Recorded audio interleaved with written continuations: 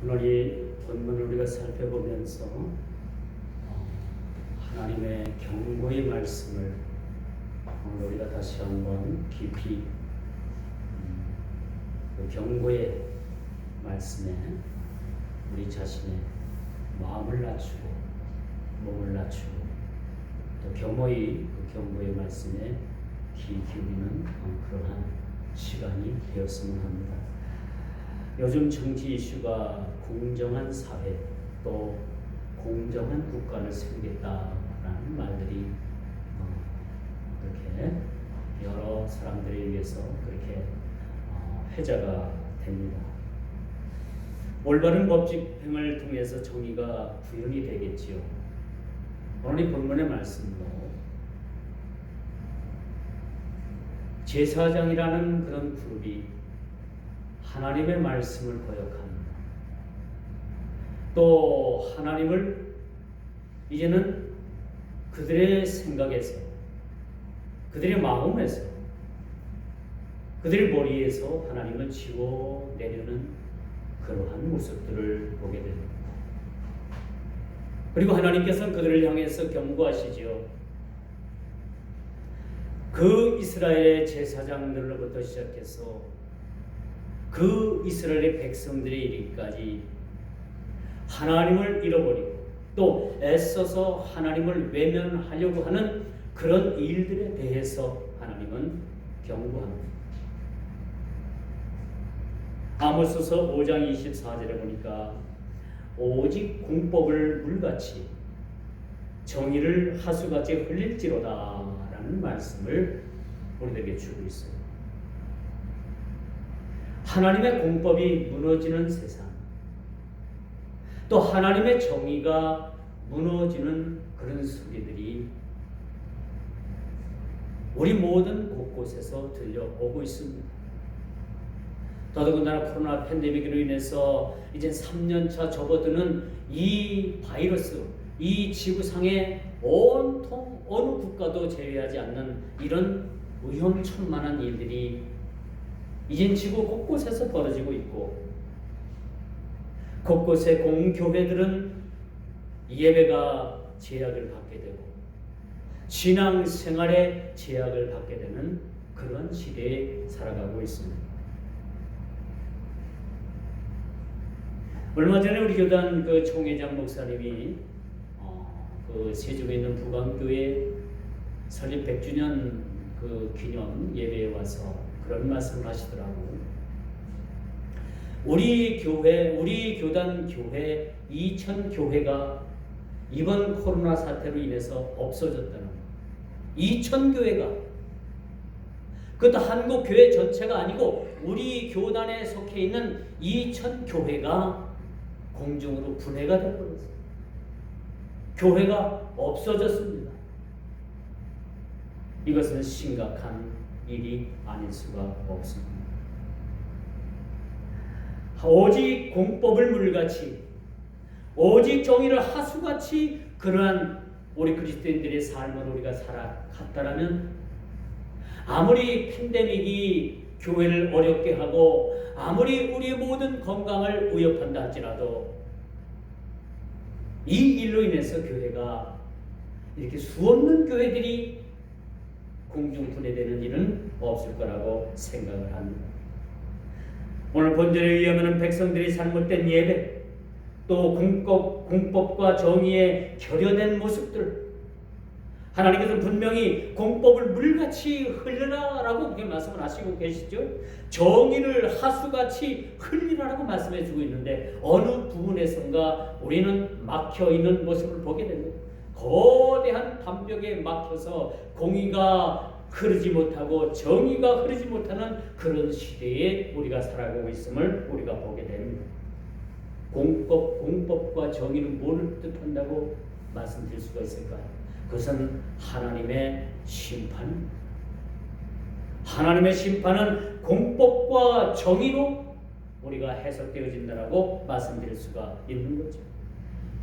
그러므로 인간 사회에 구현되어야 할 원리로 보았던 이 공법이, 이 정의가 이렇게 훼손되는 일들이 오늘날 수많은 이 지구상의 모든 곳곳에서 일어나고 있음을 우리가 보게 되는 것이죠. 그러므로 사회 질서에 관계 있는 모든 율법에 대한 개인적인 관심이 사회 구조 속에서 구현돼야 됨에도 불구하고 이런 일들이 구현되지 못하고 이런 하나님의 공법과 정의가 사장되어지는 그런 시대에 우리가 살아가고 있음을 보게 됩니다. 우리가 하나님 앞에서 참으로 정직하게 살아갈 때, 하나님 앞에서 하나님께서 명령하신 그 명령을 따라서 우리가 온전함으로 이 일들을 우리가 행하며 살아갈 때 비로소 하나님 앞에 예배가 살 수 있고 교회가 살아가게 된다는 사실입니다. 오늘 말라기 선지자 이 말라기 시대에 보게 되면은 하나님 앞에 가증한 제사로 인해서 더 이상 하나님께서는 그 제사를 받지 않겠다라고 그렇게 말씀하고 계십니다. 더 이상 이 가증한 제사, 더 이상 이 불미한 이 제사, 더 이상 마음에도 없는 이 제사, 더 이상 이 재물의 조건에도 들어가지 못하는 이 일로 인해서 나를 더 이상 괴롭게 하지 말라라고 하나님께서는 백성들을 향해서 그렇게 호소하는 모습을 우리가 보게 됩니다. 여러분, 세상이 무법이 횡행하고요, 불법이 자행하게 되면은 가장 어려운 것이 누구냐? 서민들, 백성들입니다. 있는 기득권층들은 더 신이 난 거예요. 여러분, 얼마 전에 IMF가 이 나라를 아주 어렵게 만들지 않았습니까? 근데 좀 가진 사람들, 좀 있다고 하는 사람들은 쾌재를 불렀다고 해요. 거리에는 자동차가 수가 확 줄었어요. 밀리지 않습니다. 요즘 얼마나 교통체증이 심합니까? 근데 IMF 터지고 나서 거리 곳곳에는 그렇게 차를 세워두는 그런 차주들이 많이 있었거든요. 왜? 기름값이 부담이 되기 때문에. 근데 있는 사람들은 어떻습니까? 있는 사람들은 그 기름값 뭐가 문제가 되겠어요? 얼마나 그들에게는 편리한 세상이 아니었는가라는 이야기가 그렇게 뒤로 흘러나오고 있습니다. 맞는 이야기입니다. 세상이 무법 품지가 되고 불법이 자행되게 되면은 가장 어려운 사람들이 누구냐? 바로 서민들입니다. 있는 사람들은 어떻게든지 더 불법을 행해서 더 많은 것을 쌓으려고 그렇게 기회를 갖게 되지만 없고 춥고 배고픈 이 서민들에게는 그마저도 고통으로 돌아온다는 사실을 우리가 보게 됩니다. 오늘의 본문은 이스라엘 백성들에 대한 하나님의 언약이 언급되고 있죠. 이스라엘 백성들이 하나님에 대해서 무엇을 어겼느냐? 하나님과 이스라엘 백성들이 서로 맺은 이 언약을 일방적으로 누가 파기했느냐? 그 파기한 내용이 무엇이냐? 생명입니다. 바로 생명된 그 약속을 저버렸다는 것. 그것은 하나님은 그들이 하나님이 되고 이스라엘은 하나님의 백성이 되는 그 관계를 깨뜨려 버렸다는 사실입니다. 우리 신앙이 하나님은 우리의 하나님이 되고 아버지가 되고 우리는 그의 백성이 되는 이 관계가 깨지면은 하나님과 우리의 관계는 아무런 관계가 성립될 수가 없습니다. 그렇죠? 하나님은 우리의 성부 하나님이 되십니다. 우리는 또 그의 거룩한 백성 되는 거죠. 그런데 이런 유기적인 관계, 이런 관계를 이스라엘이 스스로 깨뜨려버렸다는 거예요. 여러분, 세월이 많이 흐르고 이스라엘은 제사장으로부터 백성들에 이르기까지 하나님의 언약을 저버리게 되는 거죠. 일부러 잊어버린 건지 세월이 많이 가서 그들이 잃어버렸는지는 성경에서 그렇게 정확하게 그렇게 기록을 하지 않지만은 이 두 가지가 다 해당될 겁니다. 그들이 일부러 이제는 우리는 하나님 없이도 살아볼 수 있다라는 이쯤 우리가 힘을 가지고 있고 이만한 군대를 가지고 있고 이만한 국력을 가지고 있고 이 정도의 통장에 잔고가 있으면은 이젠 우리는 하나님 없이도 얼마든지 살아볼 수 있다라는 그러한 자만심, 이것이 하나님을 버리게 했는지도 모른다는 사실이죠. 그들에게는 하나님이라는 존재감마저 상실한 그들이었습니다.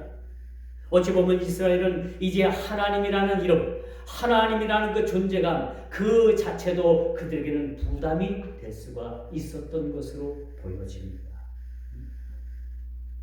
그리고 그들 스스로가 하나님이라는 이름을 털어내어버리고 자신들의 방식대로 살아보겠다라는 그러한 자만심이 굉장히 높았던 것으로 보여지는 것이죠.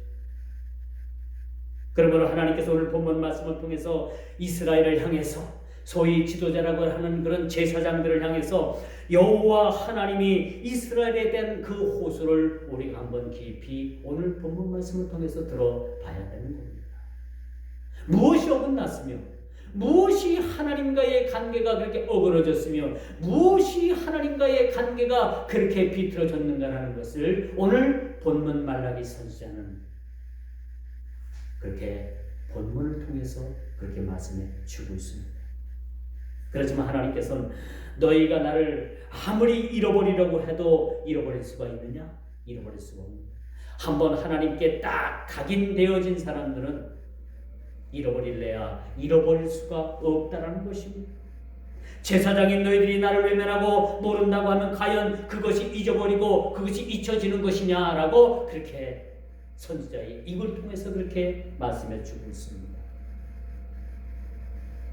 그러므로 여러분 지도자라고 하는 자들 교회에서 우리가 많은 직분을 가지고 있고 또한 일정한 위치에 있는 분들은요 참 일반 백성들보다 크다라는 그 책임감이 크다라는 생각을 가지고 여러분들이 신앙생활을 해야 된다는 겁니다.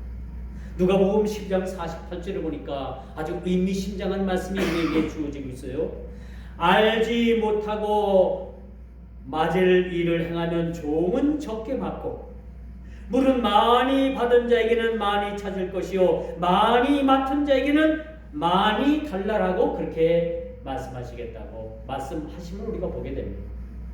알지 못하고 행한 자는 적게 맞고요. 또 물은 많이 받은 자에게는 하나님께서 많은 것을 그 사람에게 찾겠다라고 이렇게 말씀해 주고 있습니다. 어찌 보면 이것이 우리가 많이 맡은 것이 설령 그렇게 비단 좋은 것만은 아니라고 생각을 합니다. 그렇지만 우리가 많이 맡았으면 많은 것을 가지고 하나님 앞에 충성된 일꾼들로 우리가 세움받고 그 일을 향해서 매진하면 더욱더 좋은 일인 거죠. 적게 받고 적게 맡는 것보다 많이 받고 많이 여러분들 하나님의 놀라우신 축복의 은혜가 임하기를 축원드리겠습니다. 그리고 여러분 우리가 많이 맡은 자에게 하나님께서 또 많은 것을 찾겠다고 말씀해 주고 있습니다. 이 말은 틀린 말이 아니겠죠. 무엇을 가지고 써도 이 말씀을 우리가 부정할 수가 없습니다. 하나님께서는 많이 맡은 자에게 많은 것을 찾게 되는 것이죠. 가장 모범이 되어야 될 제사장들이 가장 먼저 하나님을 부정하는 그런 불신앙적인 태도는 마땅히 책망받아야 된다는 겁니다. 오늘 이 본문 말씀을 봐도 하나님께서 그 제사장들에 대한 책망을 우리가 보게 됩니다. 하나님께서 이러한 중차대한 이 불신앙적인 태도를 그냥 묵고하지 아니하시겠다라고 그렇게 말씀해 주고 있습니다. 예전에 제가 시골에서 목회할 때 어느 집사님이 여집사님 그런 얘기를 해요. 하나님께서 우리가 매를 많이 맞고 신앙생활하는 것도 은혜라고. 어찌 보면 참 그게 은혜인 겁니다. 근데 여러분 하나님 앞에 매를 한번 맞아 보십시오. 그 매가 얼마나 우리 심령을 파고드는 매인지. 가급적이면 우리가 신앙생활을 함에 있어서 매를 맞지 않고 신앙생활하는 것이 얼마나 유익인지 모릅니다. 이것이 지혜입니다. 그렇지 않겠어요? 신앙생활하면서 맨날 얻어 터지고 곁길로 가고 잘못된 길로 가가지고 하나님께서 그 올바른 길로 갖다 놓으려니까 그 계도 수정이 얼마나 사실은 하나님 편에서 보면 쉽지만은 우리가 그 계도 수정을 통해서 우리가 본 계도까지 돌아오기까지 우리의 삶이 얼마나 고단하고 피곤하겠습니까? 얼마나 하나님께서 주시는 이 사랑의 매가 여러분 아프겠습니까? 그러므로 여러분, 우리가 매를 맞고 신앙생활하는 것보다도 매를 맞지 않고 신앙생활하는 것이 훨씬 하나님 앞에 유익이고 은혜라는 사실을 기억하시길 바랍니다. 매를 맞고 신앙생활하는 것이 은혜면 또 그렇게 맞고 신앙생활을 하세요. 뭐 그게 그 말이 틀린 말은 아니지만 그 말 속에는 얼마나 많은 고통이 있겠는가라는 것을 우리가 염두에 둘 필요는 있다라고 볼 수 있습니다. 오늘 본문은 이스라엘의 죄가 구체적으로 무엇인가를 보여주고 있죠. 그것은 하나님의 말씀을 듣지도 아니하며 마음에 두지도 아니하며 내 이름을 영화롭게 하지 아니한 죄라라고 오늘 성경은 그렇게 말씀해주고 있죠. 무엇이 죄라고요? 하나님의 말씀을 거역한 겁니다. 마음에 두지 않은 겁니다.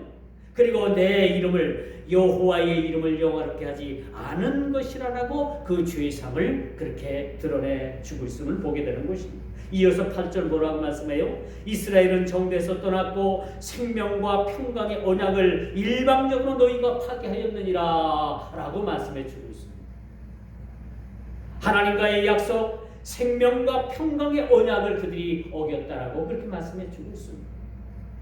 뿐만 아니라 하나님을 없이 여기고 가증스러운 제물로 하나님의 제단을 더럽혔다라고 그렇게 말해주고 있습니다.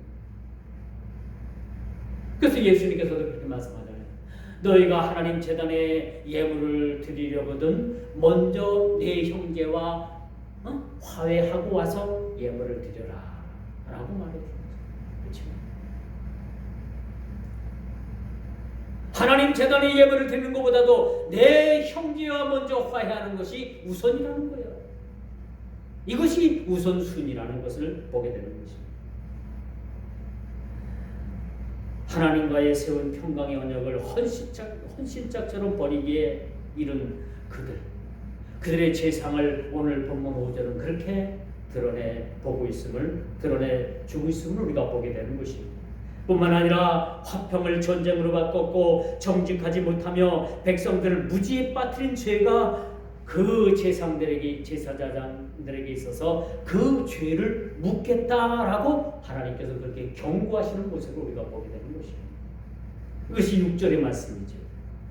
그러므로 이제 우리는 거치는 이스라엘에 대한 경고를 좀 더 우리가 이 말씀을 통해서 이 말씀의 경고가 저와 여러분들을 향한 경고의 말씀이라는 사실들을 깊이 인식하고 오늘 주신 이 말씀이 이 구약의 제사장, 이 구약의 이스라엘 백성들을 향한 그 국한적인 말씀이 아니라 이 말씀, 이 경고의 말씀이 오늘 21세기를 사는 저와 여러분들에게 주시는 말씀이라는 사실들을 깨닫고 이제는 우리가 하나님과의 관계에 있어서 우리가 파괴되었던 그런 화평과 그런 생명을 다시 한번 회복하고 또 우리가 하나님의 말씀을 듣지 아니하고 그 불신앙적인 삶을 살았던 그 마음에서 또 하나님의 이름을 영화롭게 하지 않았던 그 삶에서 우리가 돌이켜 그런 관계 회복이 이루어지기를 주님의 이름으로 축원드리겠습니다. 정도에서 떠난 이스라엘은 거치는 자들로 죄를 지었습니다. 또 그들 스스로가 생명과 평강의 약속을 파기했다는 사실을 오늘 본문을 통해서 우리는 살펴보게 됩니다. 과연 우리 저와 여러분들은 하나님과의 지금의 관계에 있어서 얼마나 하나님과의 약속을 신실하게 우리가 지키고 살아가고 있습니다. 하나님께서 주신 그 신실한 약속, 그 하나님께서 주신 그 구원의 신실한 약속, 그 약속을 얼마나 우리 스스로가 잘 지켜내면서 사는가 우리 스스로를 한번 깊이 생각해 봐야 하는 것입니다. 그러므로 이제는 하나님께서 이스라엘의 치부를 드러내신 것은 다시 지도자인 제사장들을 필두로 해서 일반 백성에 이르기까지 하나님의 언약을 다시 한번 상기시킴으로 인해서 다시 한번 관계의 회복을 원하고 계신다는 사실입니다. 하나님의 경고의 끝에는 하나님의 경고의 내용은 하나님께서 경고하시고자 하는 그 뜻은 하나님께서 경고하실 수밖에 없는 이 사실은 다시 한번 저와 여러분들을 통해서 관계 회복을 원하고 계신다는 것. 그동안에 잘못되었던 그런 일들을 더 이상 하나님께서는 기억하지 아니하십니다. 하나님께서는 지금 저와 여러분들을 통해서 다시 한번 신앙의 삶으로서 다시 한번 하나님을 영원하게 하고 또 하나님의 이름을 드러내고 그런 삶으로 다시 한번 우리의 신앙이 회복되어지는 것을 원하고 계신다는 사실입니다. 특별히 여러분 지도자라고 하는 이 영역은 도덕적으로 또 영적인 면에서 모범이 되어야 될 계층들입니다. 우리가 교회 안에서 직분을 받았다는 것은 그러니까 상당히 이것이 도덕적으로나 영적으로나 모든 면에서 모범이 되어야 된다는 사실. 어떤 사람들은 목사님의 행동을 보고 실족해서 교회를 떠나는 사람들도 있습니다. 어떤 사람들은 장로님의 그런 행습을 보고서 그렇게 교회를 떠나는 사람들도 있습니다. 이건 둘 다 손해입니다. 떠나는 사람들도 손해요. 이것을 또 잘못된 그런 모습을 보여서 떠나게 한 사람도 그 원인 제공자도 사실은 불행한 것이죠. 그러면 여러분 많이 맡은 자에게 하나님께서는 많은 것을 찾으십니다. 적게 맡은 사람에게는 적게 맞을지는 모르지만은 사실은 열매가 없는 것입니다. 하나님께서는 제가 지난주에도 말씀을 드렸습니다만 우리 모든 신앙인을 마지막 우리가 심판대 앞에 놓고서 무엇을 가지고 우리를 평가하실 건가? 열매입니다. 열매. 어떤 열매를 맺었느냐? 어떤 과실을 맺었느냐? 그것을 가지고 우리를 평가하신다는 거죠. 물론 적게 맡았으면 하나님께서 적게 찾으십니다. 적게 맡았으면 적게 맞을 수도 있습니다. 그러나 우리가 이것이 두려워가지고 우리에게 주어진 일들을 우리가 외면하고 회피한다는 것은 더더욱 이것은 우리가 있어서는 안 되는 그런 모습들이라고 볼 수가 있습니다. 많이 맡았으면 많은 것을 가지고 하나님 앞에 충성하면 됩니다. 내가 두려워서 하나님 앞에 우리가 맡아서 내가 해야 될 일을 외면한다는 것은 이것은 직무유기라고 말씀드릴 수밖에 없는 것이죠. 그러므로 사랑하는 성도 여러분, 이제 우리가 이 하나님께서 주신 지도자라는 이 영역을 통해서 우리가 신앙적으로나 또 신앙의 양심으로나 도덕적으로나 영적인 면에서 모범이 되어야 된다는 사실이죠. 오늘 이 본문 말씀이 쓰여질 때는 이스라엘의 이 지도자인 제사장들로부터 모든 이 평민 계층인 이스라엘 백성들에게까지 모두가 다 부패한 모습들을 보여주게 되는 겁니다. 부패는 어디서 옵니까? 하나님의 이름을 잃어버리는 데부터 신속하게 부패가 이루어진다라고 말씀드릴 수가 있는 것이죠. 우리가 하나님의 이름을 잃어버리는 그 순간부터 우리의 신앙은 부패하기 시작한다는 사실들을 우리가 염두에 둬야 됩니다. 그러므로 특별히 우리가 지도자라는 이 영역, 내가 집사요, 권사요, 장로요, 이 목사라는 이 직함을 가지고서 우리가 어떻게 살아야 될 것인가? 우리의 이 영역은 도덕적으로나 영적으로나 모든 면에서 모범이 되어야 된다는 사실들을 여러분 염두해 주시기 바랍니다. 코로나 팬데믹으로 인해 가지고 피해가 벌써 3년째 이렇게 접어들고 있습니다. 많은 교회들이 상처를 입었고 많은 교회들이 공중분해됐고 없어졌습니다. 예배가 제약이 되어 있습니다. 교회에서 우리가 나누는 그 식사의 교제도 이제는 강제적으로 이것이 금지가 되어서 더 이상 우리가 식사의 교제도 나눌 수가 없는 그런 형편에 놓여져 있습니다. 어느 학자 통계에 의하면요, 우리나라 교회 2만에서 3만 교회가 앞으로 없어진답니다. 앞으로 이 코로나 사태로 인해서 2만 교회에서 3만 교회가 없어집니다. 우리 교단만 해도 벌써 2천 교회가 없어졌습니다. 이 대한민국의 2만에서 3만 교회가 이 코로나로 인해서 없어진다는 통계가 나왔습니다. 매우 슬픈 현실입니다. 이 예상이 빗나갈지 아니 될지는 알 수 없습니다만 이것은 우리들에게 있어서 엄청난 슬픔의 현실이라는 사실을 우리가 직시해야 됩니다. 우리가 3년째 이렇게 접어들고 있지만 이에 대한 특별한 대안이 없습니다.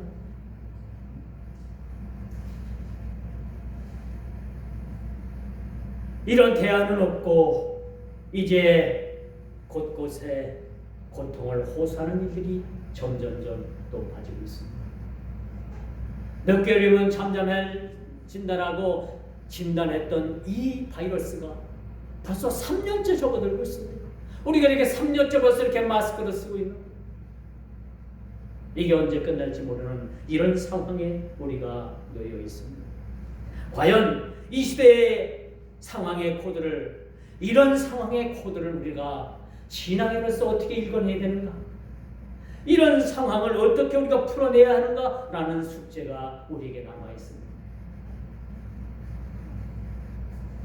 그냥 무작정 기다릴 수도 없는 그런 상황 아닙니까?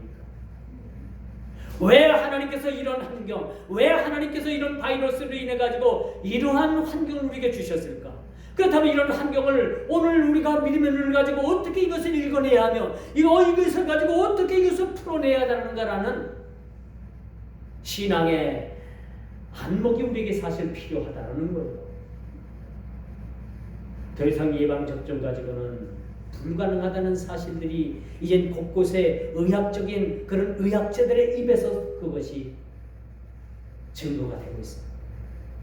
우리가 실제로 봐도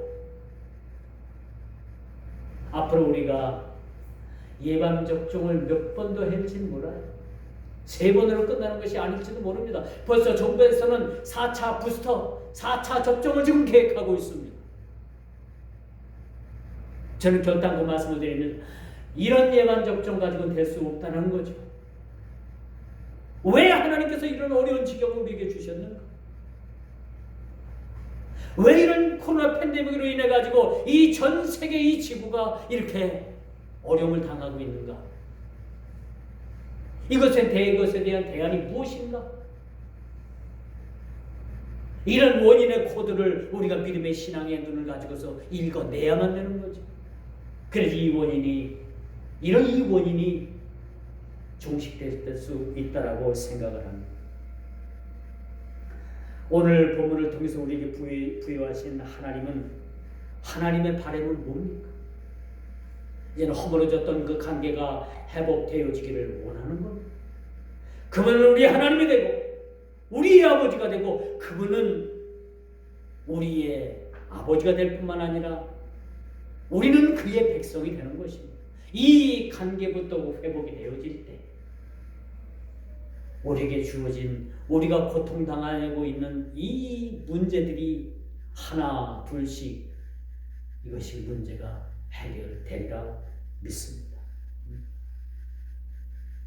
오늘 부여해 주신, 오늘 이 본문을 통해서 우리에게 말씀하신 그 하나님의 바람, 하나님께서 경고하시는 이 경고의 속에서 우리에게 주시는 이 바람의 말씀이 무엇인가?